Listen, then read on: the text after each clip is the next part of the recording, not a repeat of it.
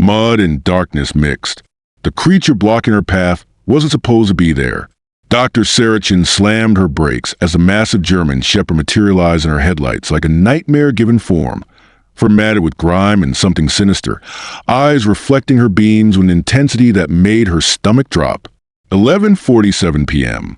She'd just lost a 7-year-old patient, the same age as the child she'd never be able to have. 12 hours of failed CPR, of watching another family's world collapse while hers remained empty. The storm had turned Millbrook County roads into rivers, forcing her onto this abandoned stretch of Oakwood Drive where no one should be walking, let alone waiting. The dog wasn't running, wasn't afraid of the 2-ton vehicle bearing down on him. He was positioned deliberately, purposefully, as if he'd been expecting her specifically, as if he knew something she didn't. A massive German shepherd materialized in her headlights, standing in the middle of Oakwood Drive like a ghost. His fur was matted with mud, and something darker. Was that blood? The dog's eyes reflected her headlights with an intensity that made her breath catch. He wasn't moving, wasn't running from the car. He was waiting. Sarah slammed the brakes. Her car skidded to a stop just feet from the animal. In the brief silence between thunderclaps, she could hear her own rapid heartbeat. The dog approached her driver's side window, limping slightly on his left front paw. His intelligent brown eyes seemed to be pleading with her, communicating something urgent she couldn't understand. Against every instinct telling her to drive away, Sarah cracked her window.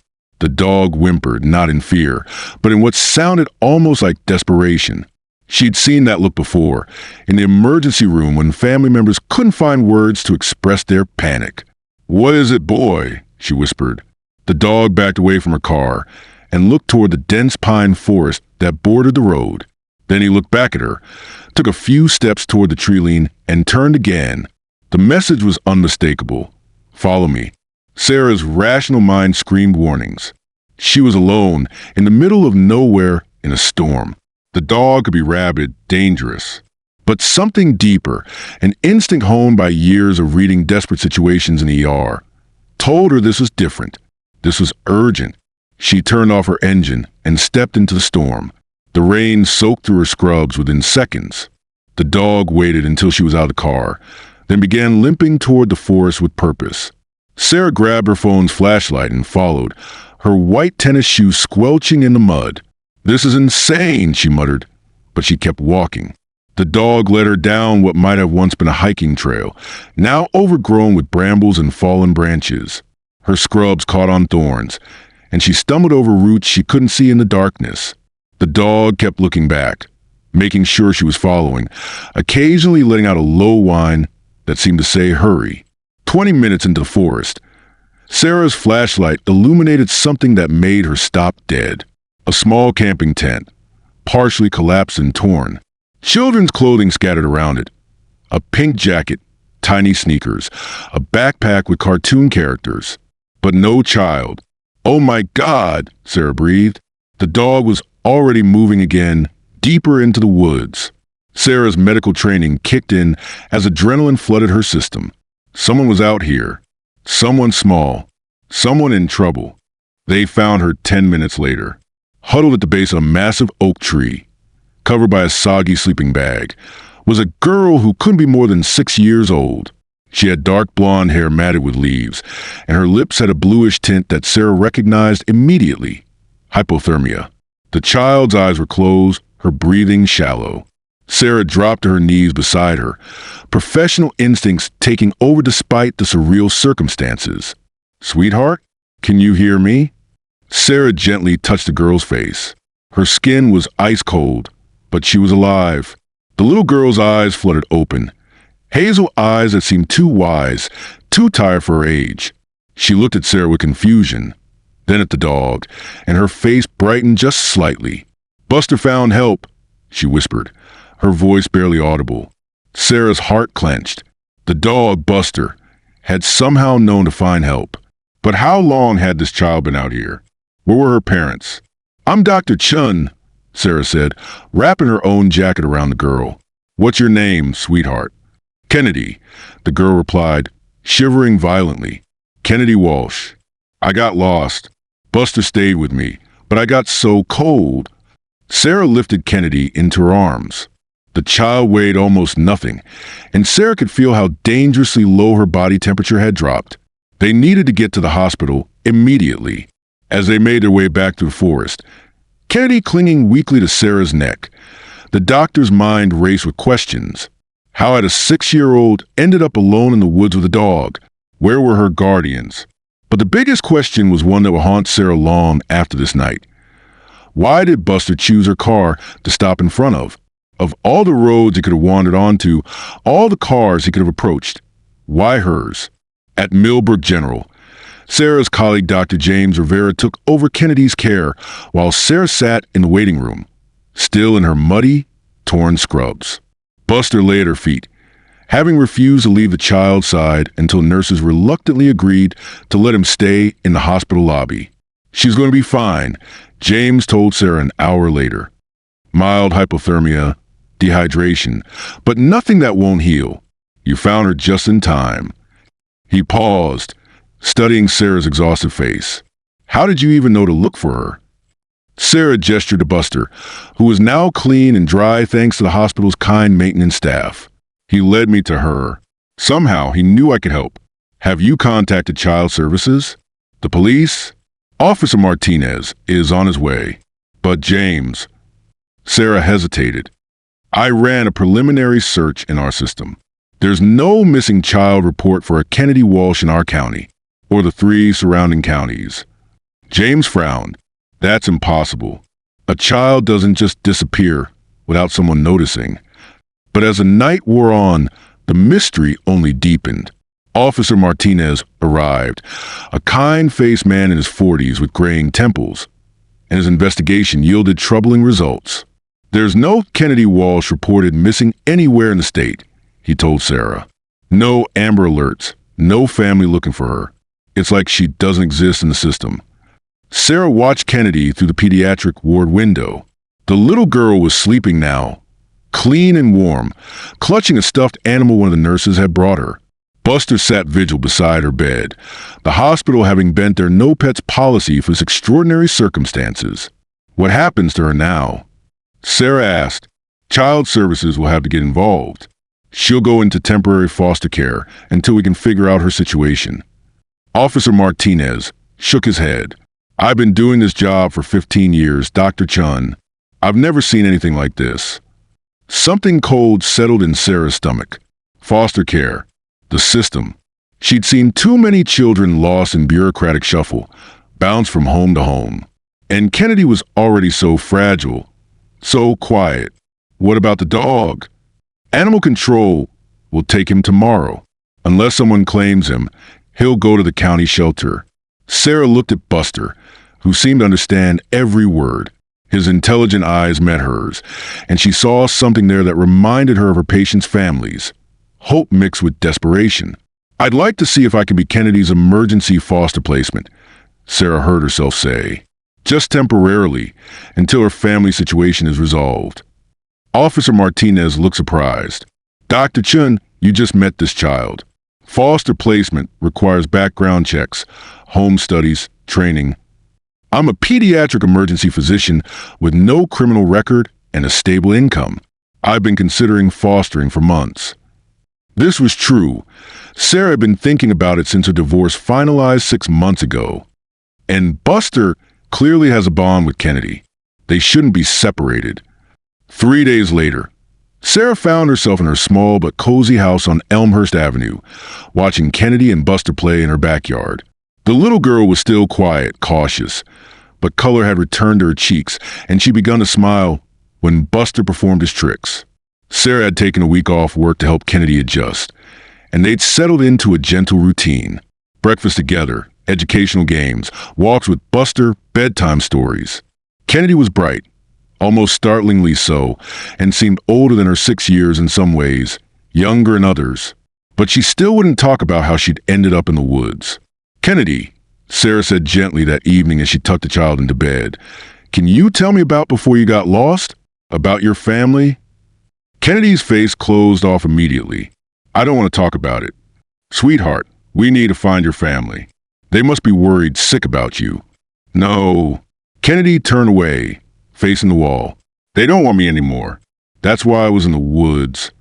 The quiet certainty in her voice made Sarah's heart ache. She'd heard similar words from too many young patients over the years. Children who'd been abandoned, neglected, or worse. That night, after Kennedy was asleep, Sarah called Officer Martinez.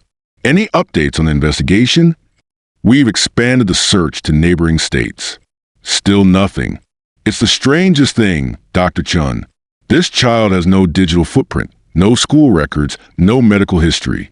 It's like she appeared out of nowhere. After hanging up, Sarah sat on her couch with Buster's large head in her lap. The dog had barely left Kennedy's side since they brought her home, as if he understood his role as protector wasn't over. Where did you two come from? Sarah whispered to him, as if in response to her question. Buster got up and walked to the kitchen window, whining softly. Sarah followed him and looked out into her backyard. Under the porch light, she could see something she'd missed before. Paw prints in the mud leading from her fence to the back door. Large paw prints that matched Buster's feet exactly. Her blood turned to ice. Those prints led to her house, not away from it. Buster had been in her backyard before the night she'd found them. The next morning, while Kennedy played with blocks on the living room floor and Buster dozed in a patch of sunlight, Sarah decided to investigate. She called her neighbor, Mrs. Kowalski, an elderly Polish woman who spent most of her day watching the neighborhood from her kitchen window. Mrs. Kowalski, it's Sarah from next door. I have a strange question. Have you seen a large German shepherd in the neighborhood recently? Before Tuesday night. Oh, yes, dear. That beautiful dog.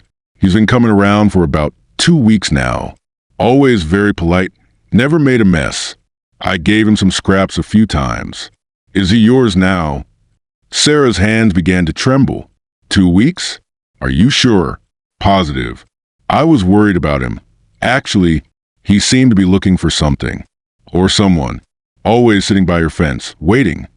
After hanging up, Sarah stared at Kennedy, who was humming softly to herself as she built a tower with blocks. Buster had been in the neighborhood for 2 weeks, waiting by her fence. But Kennedy had only been in the woods for 3 days, according to her medical assessment. The timeline didn't make sense. That afternoon, Sarah made a decision that would change everything. She drove Kennedy and Buster back to the forest where she'd found them, hoping something might trigger the child's memory. Kennedy became agitated as soon as they reached the hiking trail. I don't want to go back there, she said, tears forming in her hazel eyes. We're not going back to the campsite, sweetheart. I just thought maybe you might remember something that could help us find your family. But as they walked the trail, Sarah noticed something that made her stomach drop. Kennedy knew exactly where she was going. Even though she claimed not to want to be there, she was unconsciously leading them down paths Sarah didn't remember taking that stormy night. They reached the collapsed campsite and Kennedy froze. This isn't where I was camping, she said quietly. Sarah knelt beside her. What do you mean? This tent. These clothes. They're not mine. Kennedy looked up at Sarah with those two wise eyes. I think someone else was here before me. Sarah examined the scattered items more closely. The pink jacket was too small for Kennedy. The sneakers were the wrong size. Someone else had been camping here, and recently. Kennedy, if this wasn't your campsite, where were you staying? The little girl took Sarah's hand and led her further into the woods, to a small clearing Sarah had never seen before. Here, there were signs of a much more permanent settlement. A carefully constructed lean-to shelter, a fire pit with cold ashes, and most shocking of all, evidence of someone trying to live off the land long-term. I lived here, Kennedy said simply, with my mama before she got sick. Sarah's medical training kicked in. Sick how, sweetheart? She couldn't remember things anymore. She'd get confused, scared. Sometimes she didn't know who I was. Kennedy's voice was matter-of-fact, but Sarah could hear the pain underneath. One day, she went for a walk and didn't come back. Buster and I waited, but she never came home. The pieces began falling into place with horrifying clarity. Kennedy and her mother had been living in the woods, off the grid. The mother had likely been suffering from early-onset dementia or Alzheimer's. She wandered off and become lost, leaving a 6-year-old child alone in the wilderness. How long did you wait for her? Sarah asked gently. I don't know. A long time.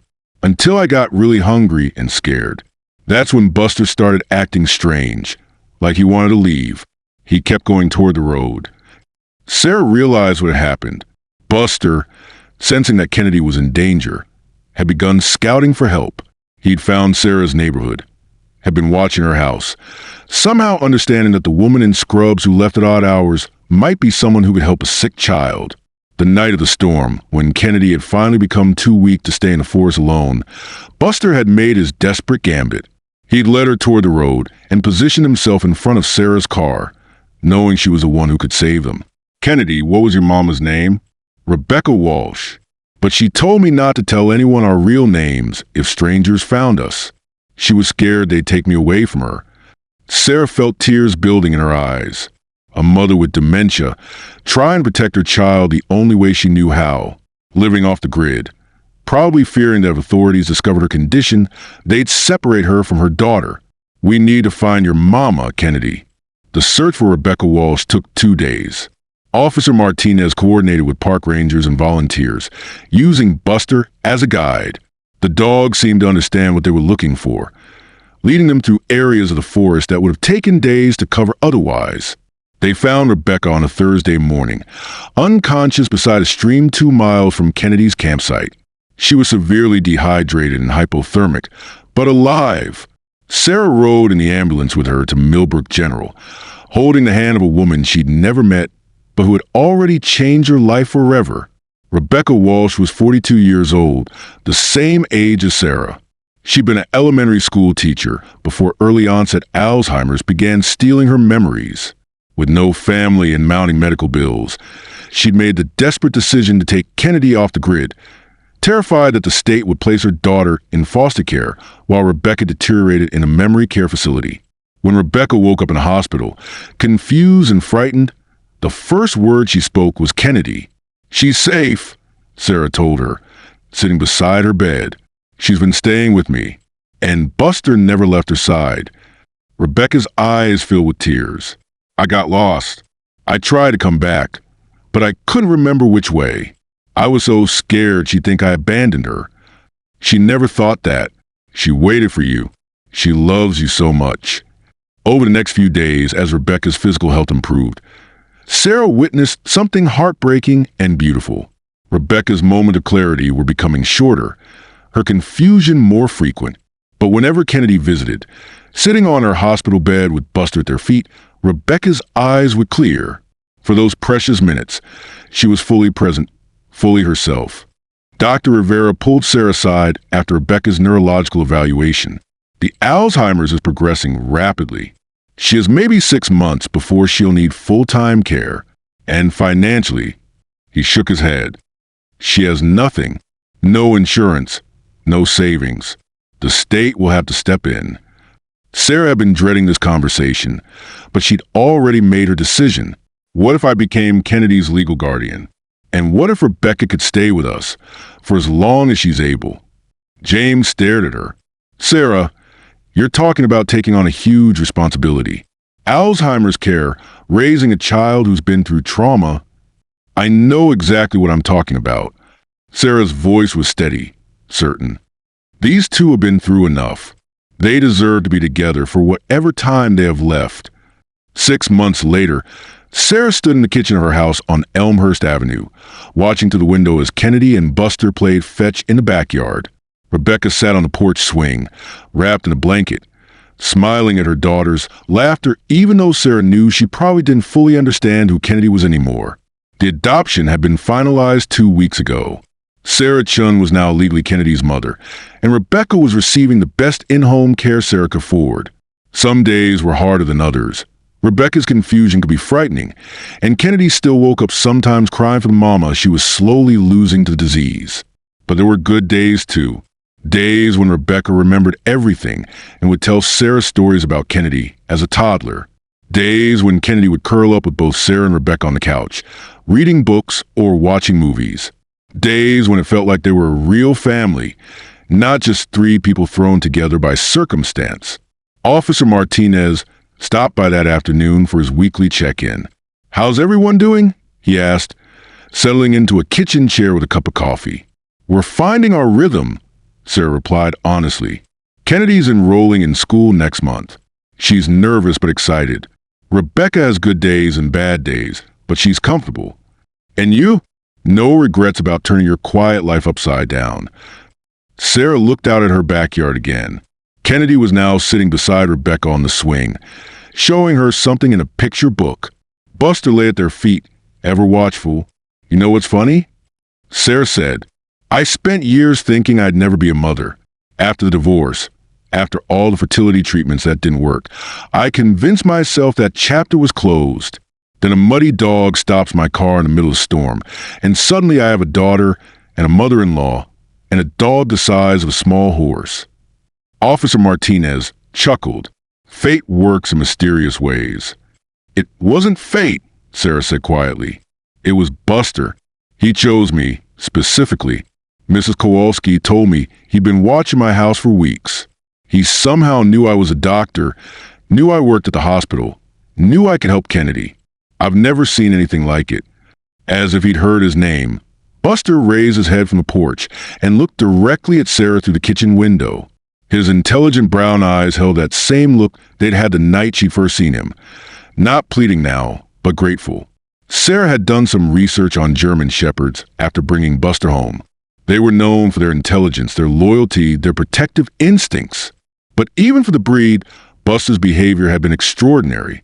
He'd essentially orchestrated a rescue mission, identifying the right person to help and manipulating circumstances to bring them together. Have you ever wondered, Martinez asked, what would have happened if you'd driven a different route that night? Or if you'd just driven around him? Sarah had wondered about that. Late at night, when she couldn't sleep, the storm had knocked down a tree on her usual route home, forcing her to take Oakwood Drive. If not for that tree, she would never have encountered Buster. Kennedy might have died alone in those woods, and Rebecca would have eventually been found, but would never have known what happened to her daughter. I don't believe in coincidences anymore, Sarah said. That evening, after Rebecca had been settled in her room and Kennedy was asleep, Sarah sat on her front porch with Buster beside her. The September air was crisp, carrying the first hint of autumn. In a few weeks, the leaves would start changing, and Kennedy would experience her first fall as a normal kid. Going to school, making friends, living in a house instead of hiding in the woods. Sarah thought about the little boy she'd lost the night she found Kennedy. The patient whose death had left her so emotionally raw, so open to the desperate plea in a strange dog's eyes. She wondered if that loss had been necessary somehow, if it had prepared her heart to recognize the need she saw in the forest that night. Her phone buzzed with a text from her ex-husband, David. Heard through the grapevine about your new family. Proud of you, Sarah. You were always meant to be a mom. Sarah smiled, typing back. Thanks. We're happy. And they were. It wasn't a life she'd planned, wasn't the neat, orderly existence she'd imagined for herself at 42. It was messier, scarier, more complicated than anything she'd ever taken on. But it was also fuller, richer, more meaningful than she'd ever thought possible. Kennedy appeared in the doorway, rubbing her eyes. Sarah, I had a bad dream. Come here, sweetheart. Kennedy climbed into Sarah's lap, and Buster immediately moved closer, pressing his warm bulk against their legs. The three of them sat in comfortable silence, watching the stars emerge in the darkening sky. Sarah? Kennedy's voice was small against her chest. Yes. Do you think Mama will remember my birthday next month? Sarah's heart clenched. Rebecca's decline had been faster than anyone had predicted. Some days she didn't recognize Kennedy at all. But Sarah had learned that honesty, gentle but complete, was what Kennedy needed. I don't know, baby, but even if she doesn't remember the date, she'll remember that she loves you. That never changes, even when someone's mind gets sick. Kennedy was quiet for a long moment. Then, will you remember my birthday? Every year for the rest of my life. I promise. And Buster will be there too? Sarah looked down at the dog, who had changed everything. He was getting older. The veterinarian estimated he was about 7 years old, middle-aged for a German shepherd. But he was healthy, devoted, and showed no signs of slowing down. Buster will be there too. Kennedy relaxed against her, and Sarah realized this was what she'd been searching for her whole adult life without knowing it. Not the perfect nuclear family she'd tried to create with David. Not the biological children she'd grieved when they never came. A child who needed her, a woman who trusted her with the most precious thing in her world, and a dog who'd somehow orchestrated it all. The night was cool, but not cold.